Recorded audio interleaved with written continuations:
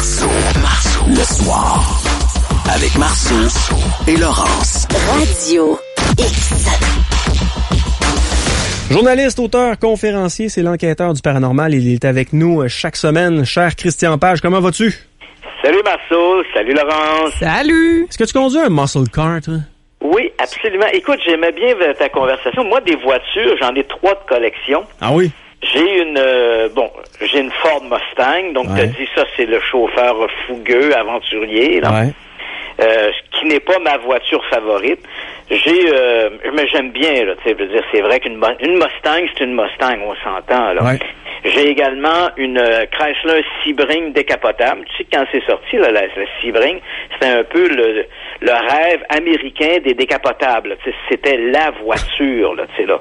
Et c'est vrai que la Chrysler Sebring décapotable, c'est une expérience l'été, là, de rouler en décapotable. Je sais pas si tu en as déjà eu une, mais une décapotable, c'est vraiment une expérience. Oui, puis le Sebring, c'est comme si c'était dans ton fauteuil aileron, là. Ouais, c'est à peu près ça, là. Tu sais, la conduite de ça, c'est un Chrysler, on s'entend, donc il y a tous les défauts de ce qu'on reproche souvent des voitures américaines et en particulier à la compagnie Chrysler. Mais somme toute, c'est une voiture dont l'effet de conduite, et là je te parle, moi, en tant que propriétaire d'une voiture de même, je comprends qu'il peut y avoir plein de critiques automobiles qui seraient pas d'accord, mais je trouve que c'est une voiture qui se conduit bien. Le feeling du volant, là, quand tu es assis dans ce véhicule-là, puis tu la conduis, c'est vraiment un feeling extraordinaire. Ouais. Tu le mentionnes, tu as l'impression d'être assis dans ton salon, puis effectivement, le décapotable, c'est vraiment très, très bien. Et moi, j'ai un modèle JXI, donc pour ceux qui connaissent ces modèles-là, c'est un modèle spécial, suspension plus basse, la carrosserie plus basse, c'est vraiment très, très bien. Et ma voiture favorite, bon, là, je sais que Laurence va dire, Corvette, petite quéquette, là. Bon. Mais moi, ce que j'ai, attention, j'ai une Camaro, ça c'est ma voiture favorite, une Camaro Z28 Kita avec un moteur de Corvette. Wow. Donc c'est le moteur qui est la Corvette. Mais une Camaro, c'est le gros lot. Oui, effectivement. Je pense que, tu sais, selon les spécialistes, là, ils en ont pas beaucoup parlé, mais je pense que la couleur reflète beaucoup qui on est, hein. Possiblement. Moi, tu vois, c'est vrai que, écoute, une anecdote, ma Camaro, c'est une Camaro, comme je l'ai mentionné, Z28. Écoute, t'as 350 chevaux là-dedans, là, presque 400, là. Et ce véhicule-là, ma Camaro, à moi, elle est rouge, le rouge pompier, avec les capes de roue argent, là, tu sais, chromées, là. Et l'année dernière, en été, je roulais à la vitesse permise, tu vois, et je me fais arrêter par la police. Et là, il commence à me dire, je vous ai vu dépasser un véhicule dans la courbe en haut. Est-ce que c'était pas une double ligne jaune? Puis là, j'ai dit non, j'étais sur un pointillé, donc tout à fait dans mon droit. Le policier savait pas trop, il était pas sûr si c'était ou non un pointillé. Et puis à un moment donné, je lui dis, de vous à moi, là, j'ai une Camaro Z28 rouge avec des capes de roue chromées. On est-tu d'accord que si j'avais eu un Honda Civic blanc, tu m'aurais pas arrêté? Tu sais? Qu'est-ce qu'il a dit? Non, mais c'est sûr que les propriétaires de muscle car rouge me comprennent certainement, ceux qui sont à l'écoute ce soir. C'est vrai que ce sont des véhicules qui attirent les policiers. On a trop l'impression que s'il y a une voiture qui a à se faire arrêter dans une file, ça va être la voiture, le muscle car rouge. J'en suis persuadé, mais tu sais, mon point étant plus que, je sais pas, moi, t'achètes une voiture et il y a eu un moment donné, je pense qu'il y a 4-5 ans, toutes les voitures étaient orange. C'est comme orange cendré, là. C'était tous des personnages un peu orange brûlé que je rencontrais qui se ressemblaient, tu sais. Ouais. On dirait que ça définissait une personne type, ça s'adressait à une personne type. Ouais. Moi, j'ai toujours eu des chars qui étaient écoute, j'ai une moto qui est noir mat, puis j'ai toujours eu des chars qui étaient noirs ou de couleur très très foncée, là. Mais moi, je te dirais, Yannick, la Camaro Z28, là, pour les propriétaires de Camaro, ils savent de quoi je parle, là. Quand tu roules sur l'autoroute avec ça, pis t'as justement un têteux en voie de gauche, là tu le colles en arrière, pis il se tasse pas, là. Là, t'es-tu content, là, à un moment donné, là, t'écrases le champignon, tu passes à côté, puis tu le recoupes à nouveau, là, tu sais, pour y signifier que la voie de gauche est faite pour dépasser, tu sais. Mais quand t'appuies sur l'accélérateur, écoute, Une voiture comme celle-là, là, puis tu sais, faut pas se le cacher, c'est un moteur de Corvette. Tu as l'impression d'être d'une fusée. Là. La puissance de ce véhicule-là, c'est... moi, je me rappellerai toujours le premier essai routier que j'ai fait avec ça. Ouais. J'embarque sur l'autoroute et le type me dit, écoute, donne-y-en, tu vas voir qu'elle peut en prendre. C'était incroyable. T'enfonçais dans le fauteuil, t'avais l'impression que t'étais pour décoller, là, comme sur un avion. Là. Puis, quelle voiture extraordinaire. Là. Ouais. Une Camaro Z28, écoute, c'est ma voiture favorite, puis je l'entretiens et crois-moi que j'ai hâte que l'été revienne. Puis je sais pas si t'es au salon de l'auto, mais moi j'ai vu le nouveau modèle de Corvette, là.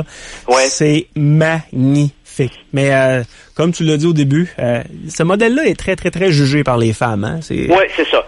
C'est pour ça que si la Corvette, petite quéquette, Camaro, c'est le gros lot. Voilà. Yes, c'est bien ça. Prêche pour ta paroisse. Hey, pour ta chronique, on commence avec le physicien. Oui, écoute, Stephen Hawking. Oui, écoute, je te fais quelques nouvelles brèves de l'espace. On passera pas toute la chronique là-dessus, mais c'est quand il y a beaucoup de trucs qui se passent dans le domaine de l'espace cette semaine. C'est très effervescent.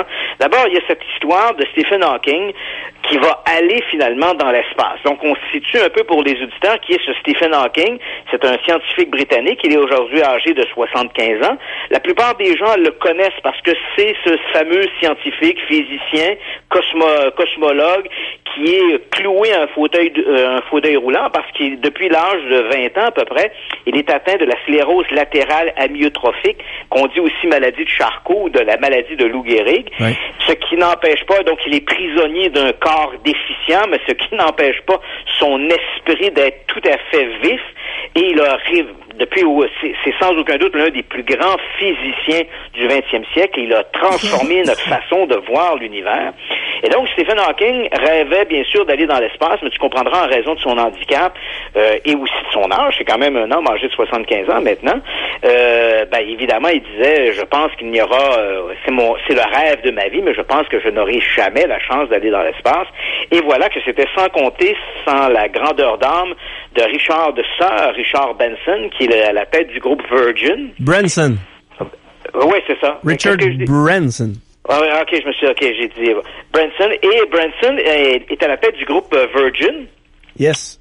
Et on le sait, le groupe Virgin, depuis quelques années, travaille à développer un véhicule spatial, le Virgin Galactic, qui d'ailleurs s'est écrasé en 2014. La première version du vaisseau s'est écrasée, mais c'était dû à une erreur de pilotage et non pas à une défaillance mécanique ou quoi que ce soit. Donc, on a reconstruit le vaisseau, il a repris ses tests, et voilà que le véhicule, maintenant, a complété ses essais qui ont été couronnés de succès, et le vaisseau serait prêt maintenant pratiquement à entreprendre les premiers vols commerciaux suborbitaux.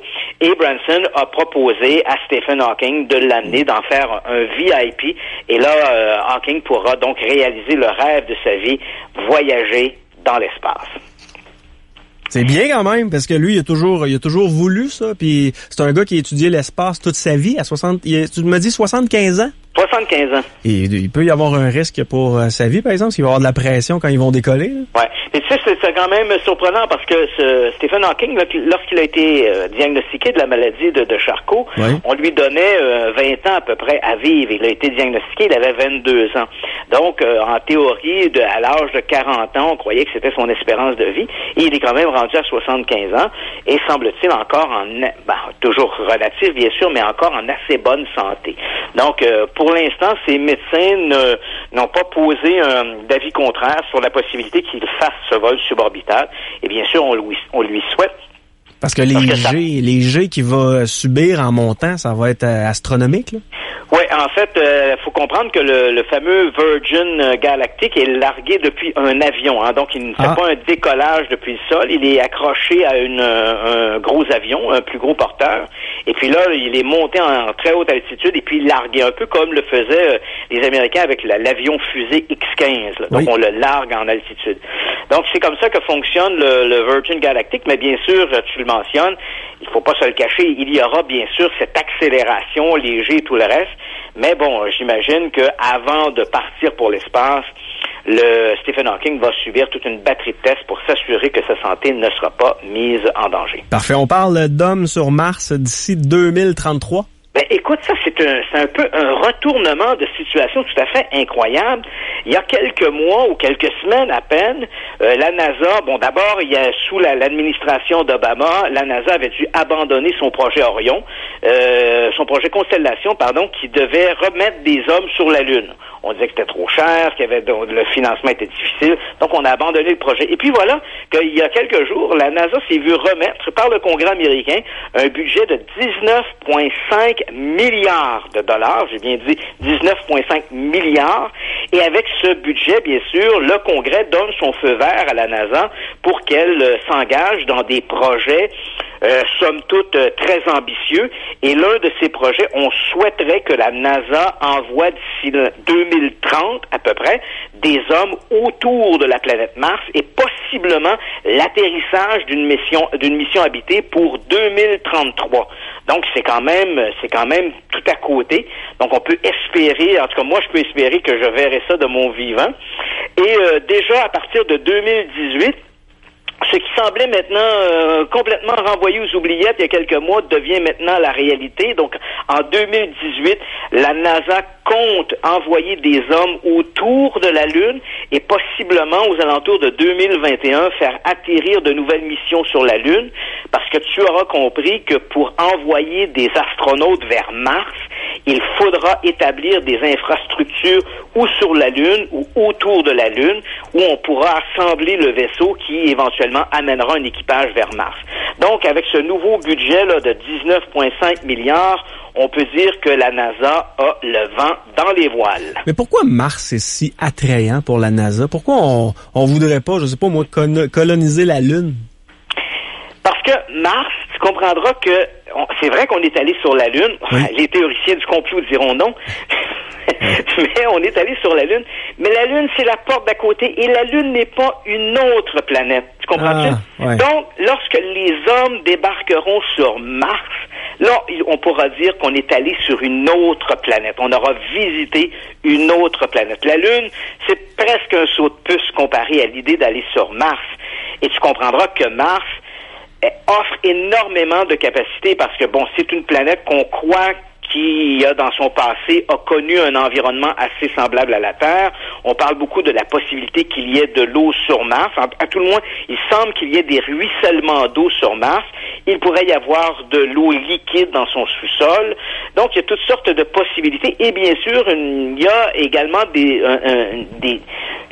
projets de colonisation de Mars qui restent tout à fait possibles. Donc, c'est vrai que c'est très enthousiasmant, cette idée d'aller sur Mars. Nouvelle découverte à propos d'Encelade. Oui, et ça, c'est encore là, c'est une autre découverte qui je t'ai parlé de l'eau sur Mars, possibilité de vie organique. Écoute, Encelade, c'est un des satellites, un des 200 satellites de Jupiter, de Saturne, et sur l'un de ce satellite, Encelade, ce qu'il y a de particulier, c'est qu'il est couvert de glace. Et les scientifiques croient que sous la surface d'Encelade, donc sous la surface de cette glace, il y aurait un océan d'eau liquide, et qui dit océan d'eau liquide dit peut-être des micro-organismes. Et déjà, cette idée de eau liquide a été confirmée par des observations qui montrent des éruptions de geysers sur Encelade, et donc cette eau qui est crachée dans l'air monte à plusieurs kilomètres d'altitude et retombe sous forme de neige. Donc l'idée qu'il existe de l'eau à l'état liquide sous la glace d'Encelade était une réalité là à peu près acquise. La grande difficulté, c'est que pour essayer de déterminer s'il y avait présence ou non de micro-organismes dans ces eaux, il aurait fallu envoyer une sonde sur Encelade, traverser l'épaisse couche de glace qu'on croyait être de plusieurs dizaines de kilomètres d'épaisseur, pénétrer dans l'eau en dessous d'Encelade et de finalement faire une collecte d'eau.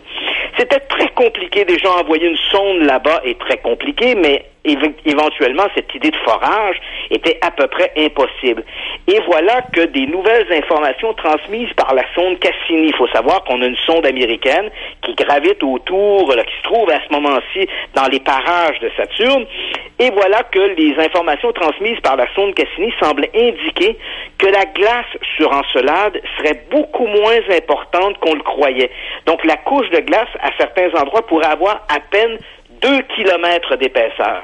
Donc 2 kilomètres d'épaisseur pour les gens, même ici sur Terre, lorsque l'on travaille par exemple sur les banquises et on fait des forages, 2 kilomètres d'épaisseur, c'est quelque chose comment on pourrait dire, qu'on est assez familier avec ça. Donc, ça ne pose pas un problème particulier. Et donc, l'idée d'un forage sur cette petite lune de Saturne encelable devient de plus en plus un projet réalisable. En terminant, une sphère de Dyson graviterait à une centaine d'années-lumière de la Terre. Oui, la sphère de Dyson, pour t'expliquer un peu ce que c'est un scientifique, un physicien américain qui s'appelait Freeman Dyson qui a imaginé ça dans les années 50. Donc l'idée de base est une immense sphère artificielle, grosse comme une planète, et qui collecterait l'énergie de son soleil pour pouvoir le rediriger de manière industrielle vers les colonies qui vivraient sur les planètes environnantes.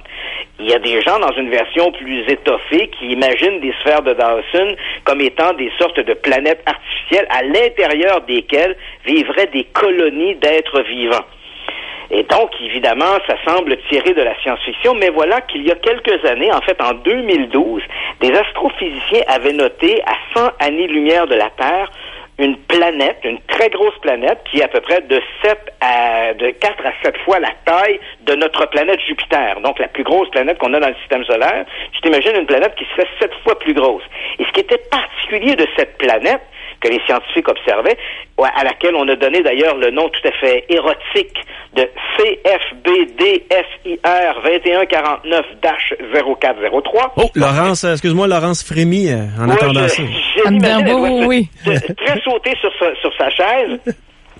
Donc, cette immense planète, ce qui était particulier, c'est qu'elle semblait être une vagabonde. Ouais. Je sais pas si tu te rappelles, tu es peut-être un peu trop jeune, mais il y avait une série à la fin des années 70 qui s'appelait Cosmos 1999, où la Lune s'était décrochée de sa gravité terrestre et se baladait comme ça à travers le cosmos. Alors là, ce corps astral ressemble un peu à ça. C'est une sorte d'immense planète vagabonde qui se promène dans un système solaire à 100 années-lumière de la Terre.